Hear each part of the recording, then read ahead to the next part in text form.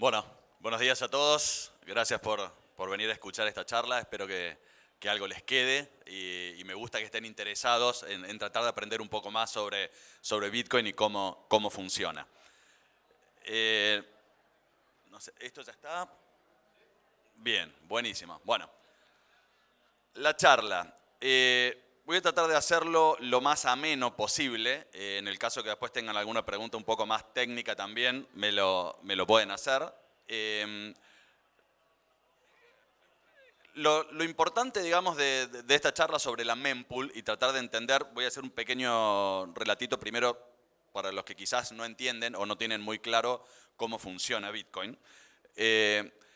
Bueno, me voy a presentar, es cierto, ¿no? Bueno, Federico, Fox, me conocen todos como Fox. Trabajo en la librería de Satoshi, que es una organización para educar a la gente de forma técnica en todo lo que tiene que ver con Bitcoin y el ecosistema de Bitcoin. Y puntualmente estoy actuando como director de un programa especial que se llama Bitcoin for Open Source, B4OS. En ese programa lo que hacemos es gratuitamente durante un año capacitar a programadores que quieran insertarse en el mundo de Bitcoin para empezar a colaborar con el open source de Bitcoin o de las herramientas o protocolos que trabajan sobre Bitcoin.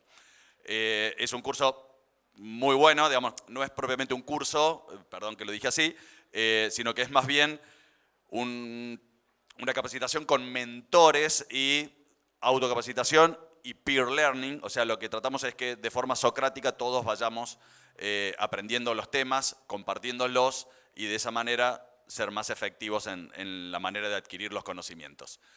Después también podemos hablar, o está el stand, tenemos un stand también, así que pueden ir, presentarse allá, nos dejan sus datos si están interesados en cualquiera de los bootcamps o cursos que damos. Bueno, vamos a empezar con qué es la mempool y cómo funciona. Para los que por ahí no tienen muy claro, Bitcoin funciona enviándose mensajes entre los diferentes nodos que componen la red. Esos mensajes es información, ¿no es cierto?, que contiene determinados parámetros o determinadas cosas como las claves, los mensajes, bueno, los valores de los montos que uno quiere transmitir, entre otras cosas. La mempool es como una gran pileta, como bien lo dice el nombre, o como un gran estacionamiento de transacciones que cualquier persona, desde su billetera o desde su mismo nodo, si tiene un nodo, transmite una transacción de Bitcoin y esa transacción de Bitcoin queda alojada primero en esa mempool del nodo al que yo estoy conectado y luego ese nodo de Bitcoin lo que va a hacer es transmitir esa transacción al resto de los nodos que a su vez la van a ir guardando en su propia mempool. ¿Qué significa esto? Que no hay una única mempool o una única base de datos de transacciones que todavía no fueron confirmadas. Cuando me refiero a confirmadas, me refiero a que la transacción efectivamente fue tomada por un minero, grabada en un bloque y de esa forma esa transacción ya quedó indisoluble, inmodificable y nadie la puede cambiar porque se anotó, se registró en la blockchain de Bitcoin. Entonces, como decía, es un espacio temporal. Las transacciones están ahí a la espera, buscan, y ahora les voy a explicar cómo es esa espera. Las transacciones, como les decía, es un mensaje. Y dependiendo lo que yo esté enviando en ese mensaje, que tiene que ver con la cantidad de inputs que yo estoy utilizando para hacer ese gasto de enviarle monedas a otra persona, entonces, con respecto al tamaño que va a tener esa transacción, es el peso y es la forma en la que se calculan los fees que le voy a tener que pagar a un minero para que incluyan esa transacción, la confirmen adentro de un bloque.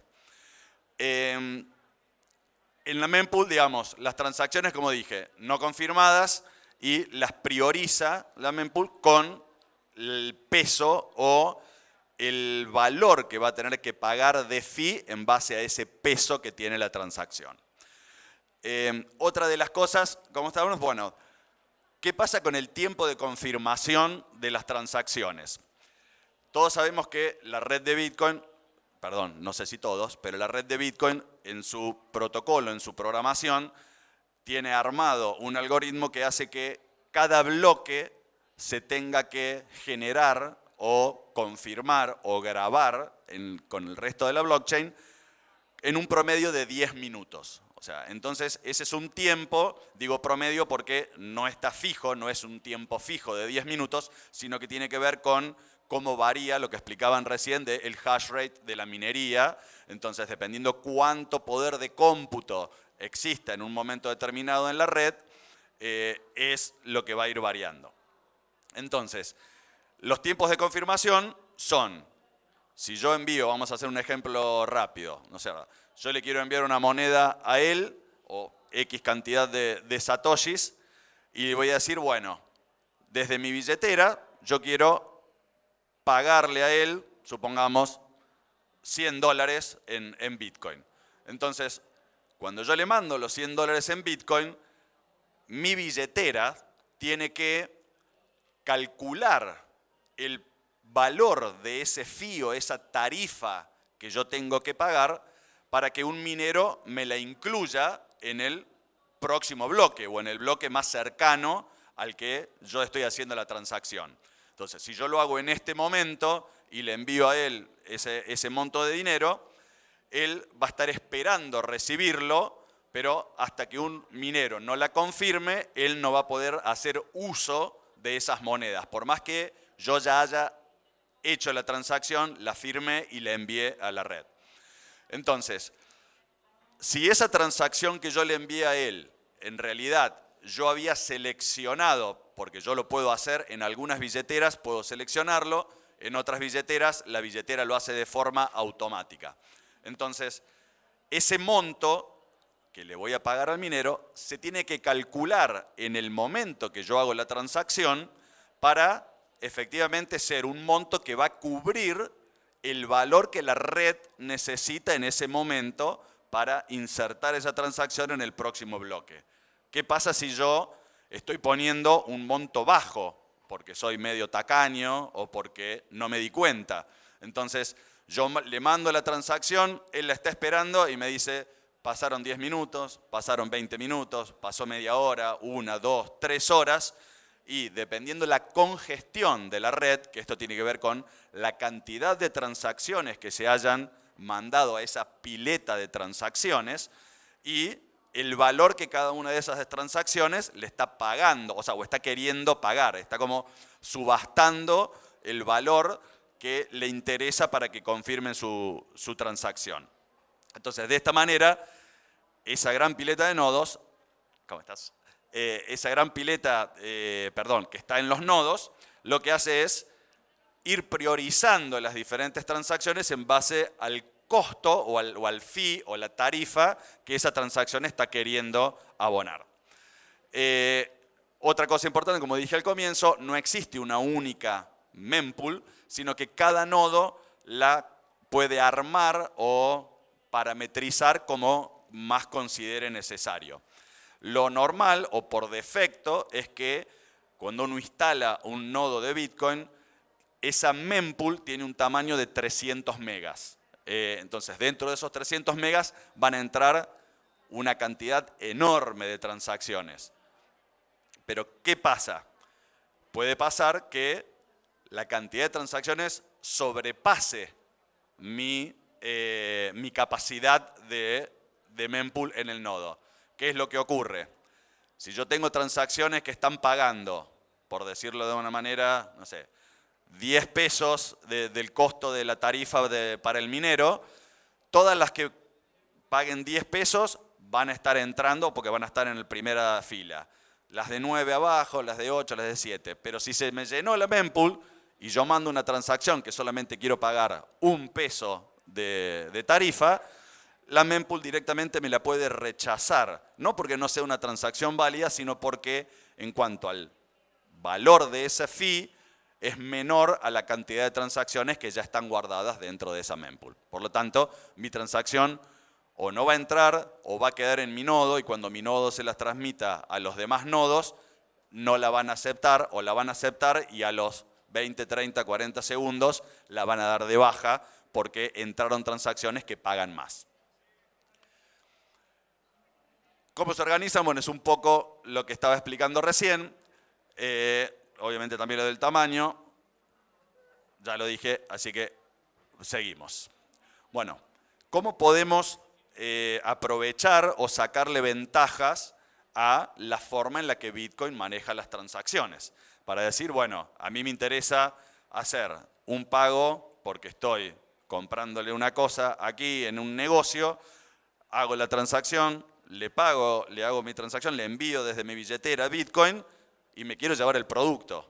Pero hasta que el vendedor no reciba o que no vea que un minero confirmó esa transacción, ese dinero todavía no es parte, digamos, no está dentro de su activo, no está dentro de su poder, porque no tiene sus llaves para poder volver a utilizarlo. Entonces, ¿cuáles son las mejores formas? Bueno, primero es tratar de utilizar las herramientas que tenemos disponibles para ver cómo es actualmente la red, cómo está el hash rate de la red y cómo están los montos o los valores de esas fees de transacciones. La más utilizada es mempool.space. Quizás los que estén en el ecosistema la conocen y la utilizan mucho, pero es una página en donde uno puede ver fácilmente cuál es la cantidad de transacciones pendientes que hay dentro de una mempool, en este caso la mempool de ese programa específico.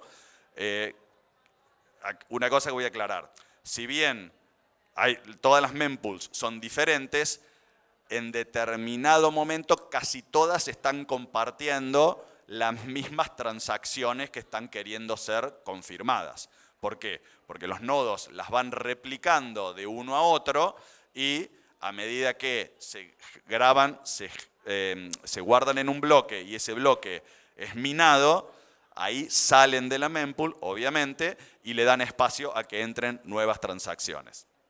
Entonces, siempre buscar en esa página que te dice específicamente cuál es el costo de, lo que, digamos, es un cálculo matemático que hace automáticamente, que te dice, bueno, cuál es el valor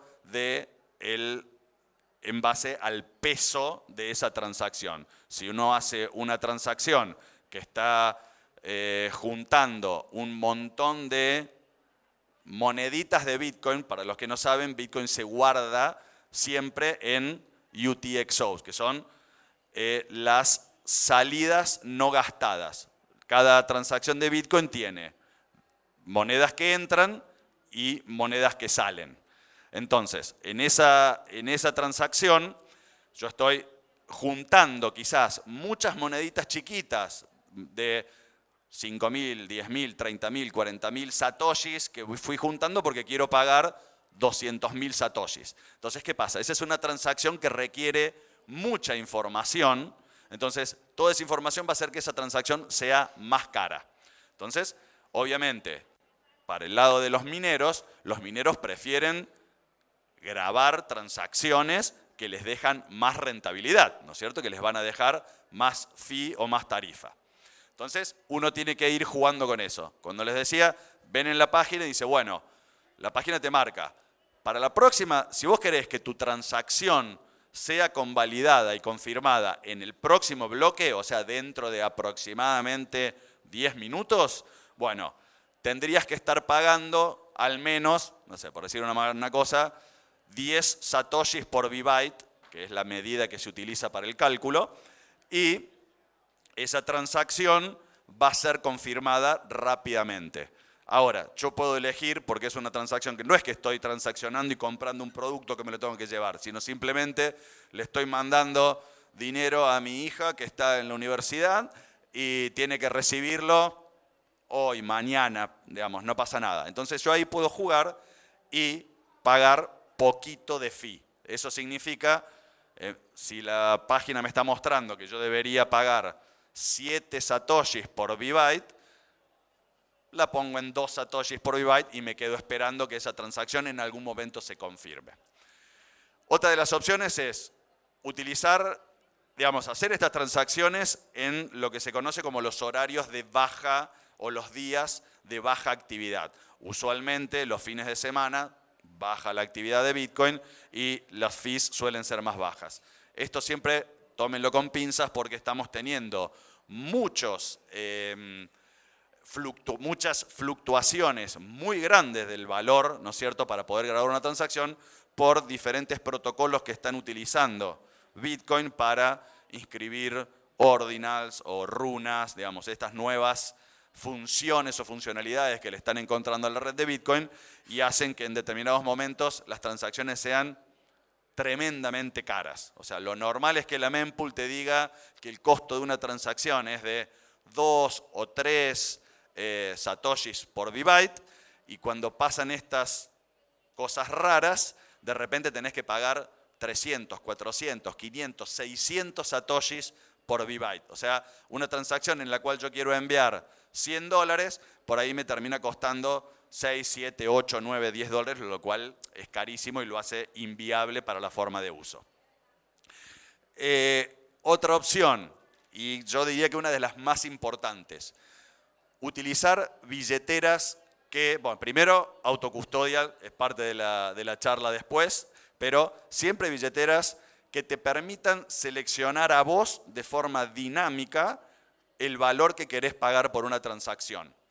De nuevo, las billeteras que no te permiten hacer esto utilizan un algoritmo propio en el cual chequean contra su propia mempool, ven cuál es el valor de las tarifas que tiene esas transacciones adentro de la mempool y te dicen, bueno, para que se grabe en el próximo bloque, la medida es 7 satoshis por byte, pero la billetera para evitar cualquier problema de fluctuación, directamente te multiplica ese valor y la transacción te la saca automáticamente en vez de pagar 7 satoshis por byte u 8 como podría ser algo normal por el estado de la red de ese momento, te la cambian y te dicen, bueno, te la pongo a 25 satoshis por byte.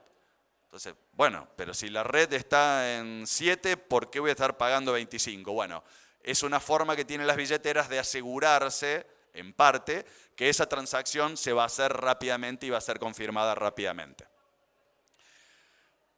Hace un ratito les dije, bueno, esto tiene que ver que sean compatibles con SegWit, es una de los updates que tuvo, de los upgrades que tuvo Bitcoin ya hace varios años y te permite hacer una transacción de manera especial que para un usuario común es absolutamente transparente. Por detrás hay todo un trabajo y hace que la transacción pese menos, por lo tanto tengas que pagar menos de fees para hacer esa transacción. Y otra de las maneras, si bien existen también otras más, es lo que les dije recién. En los momentos en los que la red tiene bajo costo, o sea, yo puedo estar emitiendo transacciones a un valor de 2 satoshis por byte, perdonen que repita muchas veces esto, pero es la forma de decirlo, puedo agarrar y decir, bueno, tengo un montón de moneditas o de pagos que yo recibí o de compras de Bitcoin que yo hice, las tengo guardadas en mi billetera, pero en realidad son moneditas muy, muy chiquititas entre todas. Entonces yo puedo decir, bueno, para que mi próximo pago, cuando las transacciones estén caras, no me salga tan caro, aprovecho ese momento y me genero una nueva transacción en donde junto todo ese cambio chico, por llamarlo así, y me hago una transacción que me las envío a mí mismo, pero me quedan guardadas en una sola moneda. Entonces, cuando yo vaya a hacer la próxima transacción, por más que las fees estén muy altas, mi transacción va a pesar poco, por lo tanto, me va a costar menos. Entonces, es una forma de ayudar a pagar menos. Ahora les voy a contar dos funcionalidades que existen en la red de Bitcoin para ayudarnos a destrabar transacciones que yo envié o que yo emití, pero que como las emití con un valor de tarifa muy bajo, quedan o esperando por mucho tiempo dentro de una mempool o directamente son descartadas de una mempool porque se llenó como expliqué antes. Entonces, ¿qué pasa? Yo emití, antes le mando el dinero a él y él me dice, no llega, no llega, no llega. Yo me fijo en el explorador en Mempool Space y veo que yo la mandé con un fee de 5 satoshis por byte para que le llegara rápido y no tuviera problemas, pero resulta que en ese momento hay un pico de aumento en el costo de estas tarifas y tendría que estar pagando 300 o 400 sats por byte para que se le confirme esa transacción. Obviamente la persona que está esperando recibir el dinero me va a estar taladrando la cabeza diciéndome no me llega, no me llega, no me llega, no me llega. Entonces, ¿qué puedo hacer yo? Porque una vez que yo emití una transacción, ya está. Esa transacción se emitió, yo no puedo darla de baja a esa transacción. Yo ya la firmé, la transmití, los nodos validaron que esa transacción sea correcta, que significa que sigue todos los protocolos, o todos los lineamientos que tiene que tener una transacción para ser válida, y en ese momento quedó ahí volando en la mempool y no hay forma de que esa transacción se confirme. ¿Qué voy a utilizar? Una de las opciones es Child Pays for Parent, o CPFP. A ver, si piensan un poquito, ¿qué significa? El hijo paga por el padre. O sea, yo tengo una transacción que emití y se quedó colgada. Entonces voy a generar la persona que recibe, ¿no es cierto?, esas monedas que yo le estoy enviando, me dio a mí, obviamente, una dirección a donde yo le envié esas monedas. Esa persona tiene el control de esa dirección, pero todavía no tiene las monedas porque no fueron confirmadas en ningún bloque. Entonces, ¿qué puedo hacer? Voy a generar una nueva transacción que va a gastar de esa dirección en donde yo voy a recibir las monedas que aún no fueron confirmadas. Entonces, pero Bitcoin en realidad no me dejaría hacer eso, me lo bloquearía, digamos, ¿cómo hago yo para estar transmitiendo algo que no tengo? Digamos, no sería posible. Pero ¿qué pasa? Yo genero una transacción nueva y lo voy a pasar acá porque tengo un ejemplo. Digamos, quiero enviar, voy a utilizar, ¿no es cierto?, una entrada de 0,01 BTC, la controla Alice, o en este caso lo voy a controlar yo, y se la voy a enviar a alguno de los del público. El destinatario, como ven, yo pagué 2 sats por byte, y cuando voy a ver en el mempool me dice que, bueno, mucho no se ve, perdón, me dice que en el último bloque la transacción tuvo que pagar 80 satoshis por byte. Por lo tanto, mi transacción de 2 no hay forma de que entre. ¿Ok? Bueno, entonces, ¿qué hago? Mando una nueva transacción hija.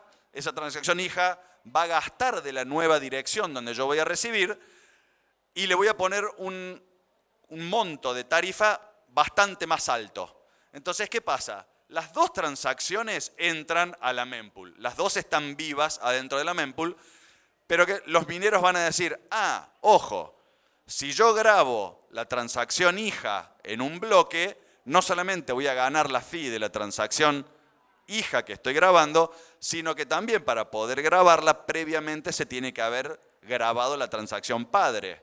Entonces, la junta en un mismo bloque, graba las dos en el mismo bloque y de esa forma se aceleró la transacción y termina siendo confirmada. Otra de las opciones que tenemos es Replace by Fee. En Replace by Fee, en realidad, yo emito una transacción con valor bajo, chequeo efectivamente, quedó colgada, pasa un montón de tiempo, pueden pasar días, semanas, meses con transacciones que quedan colgadas. Entonces lo que voy a hacer es emitir una nueva transacción exactamente con el mismo origen o el mismo input o entrada de monedas que yo tenía y la voy a generar con un valor más alto. Obviamente el único que lo puede hacer soy yo, porque las claves privadas para poder mover esas monedas las tengo yo. Entonces, en la otra, quien recibía las monedas o yo mismo utilizando el vuelto de la transacción, ¿no es cierto?, que es una transacción hija, podría haber hecho ese avance. En este caso, solamente lo hace quien tiene el control originario de las monedas. Bueno, ¿cuáles son las ventajas? Justamente estas, en momentos en que las fees se fueron al diablo, poder hacer que la transacción quede confirmada. Este es el ejemplo, es un poco lo que expliqué recién. Es fácil, digamos, como se entiende, una primera transacción y otra transacción exactamente igual, pero con mayor monto. Entonces, la primera transacción queda dada de baja y se graba solamente la segunda. Ahí es donde difiere con CPFP. Para ser cortito, porque ya me queda muy poquito tiempo. Rápido. ¿Cuáles son las ventajas de tener tu propio nodo de Bitcoin? Y esto se los pido a todos. Traten de tener su nodo de Bitcoin. Hoy es muy fácil hacerlo. Va a haber una charla mañana en donde van a poder ver cómo se puede instalar un nodo de Bitcoin de forma muy rápida y muy fácil en la computadora de cualquiera de ustedes. El hardware que se necesita se puede achicar en cuanto a tamaño de espacio, que es lo más importante, porque se puede prunear un nodo y de esa forma solo se guardan una cantidad de transacciones de bloques pequeños y se descartan los anteriores que ya están validados, entonces el nodo los da por válidos. Contribuimos a la descentralización. ¿Por qué? Cada uno que tiene un nodo es una persona que está teniendo el historial de las transacciones verificadas y confirmadas. Entonces, yo voy teniendo toda la historia de la blockchain de Bitcoin desde el momento génesis, desde el primer bloque hasta el último.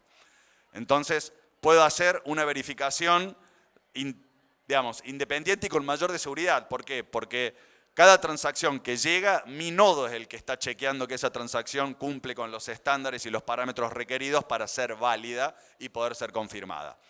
Por otro lado, me da mayor seguridad porque yo voy a estar transmitiendo mis transacciones con mayor privacidad porque las transmito a mi nodo. Entonces, no estoy dependiendo de ningún tercero, de ningún hardware, de ningún tercero, de ningún nodo, de ningún tercero, que lo que puede estar haciendo es viendo cuáles transacciones son e identificándome a mí con esas transacciones.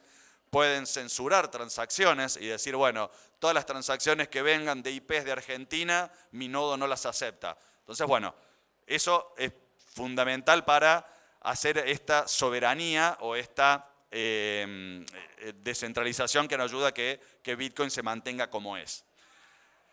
Control sobre tus transacciones, obviamente, como dije, yo voy a controlar cómo quiero mandar las transacciones, en qué momento, cómo la valida, bueno, el nodo la va a validar o no, y después se la va a transmitir al resto de los nodos, y los nodos no van a saber de qué nodo vino esa transacción. Esto es totalmente oculto, digamos, no es información que los nodos pueden identificar. Simplemente reciben una transacción, no saben si vino del primer vecino que me la mandó o de 30 nodos anteriores. Así que tengan su nodo, peleen por tener su nodo, aparte es muy divertido jugar con los nodos. Y lo final, ¿cuál es la importancia de la autocustodia? Y esto nosotros machacamos muchísimo con el tema de la autocustodia, porque not your coins, not your keys. Si vos no tenés las llaves privadas para mover esas monedas, significa que ese Bitcoin no es tuyo. Quien tenga las llaves de ese Bitcoin va a poder hacer lo que quiera independientemente de que vos estés viendo una pantallita que dice que esas monedas te pertenecen. Entonces, control absoluto de tus activos por tener esta custodia. Eliminamos el riesgo de terceros, como dije recién, nadie te puede censurar, nadie te puede bloquear. Privacidad mejorada, también lo expliqué, parte de lo del nodo lo tiene también el self-custodial. Todas las transacciones que yo haga, ¿no es cierto?, me dan mayor privacidad. No hay ningún tercero que pueda conocer mis llaves privadas, ¿ok?, sino que simplemente las tengo yo. Por eso tengan mucho cuidado cuando utilizan billeteras que están adosadas como extensiones en los exploradores, porque uno está guardando ahí, se transforman en hot wallets y sabemos que los sistemas son totalmente hackeables con malware, virus, etc. Entonces, guardar las llaves privadas dentro de la computadora o dentro de una extensión es realmente peligroso. Y ahí es donde vemos la mayoría de los hacks. Se me acabó el tiempo, creo que justo. Gracias a todos. Chequen, por favor, pasen por el booth, hago un poquito de de autobombo, vayan a ver los cursos que nosotros ofrecemos y el programa que es un programa gratuito, técnico, donde hay varios de los chicos que están terminándolo este año. Así que los invito a todos y, de nuevo, muchas gracias por escucharme.